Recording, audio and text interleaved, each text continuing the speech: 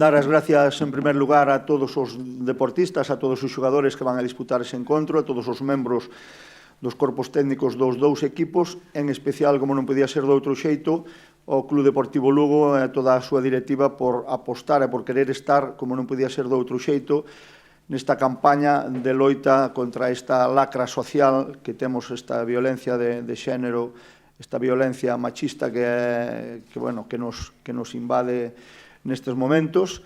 Como ben sabéis, o deporte profesional aquí en Galicia considérase fútbol de primeira división e segunda división, con lo cual entraron nesta línea, neste proxecto, por estes partidos pola igualdade, o Celta de Vigo, Deportivo da Coruña e Club Deportivo Lugo.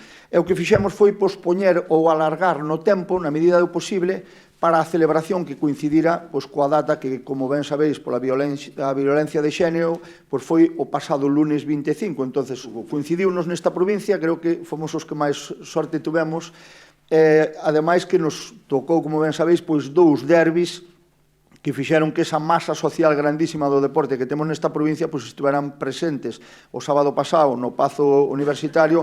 Esperemos que para domingo aquí no Anxo Carro que esteña ateigado de xente.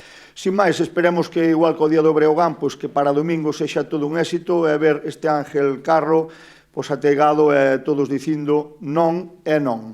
Moitas gracias.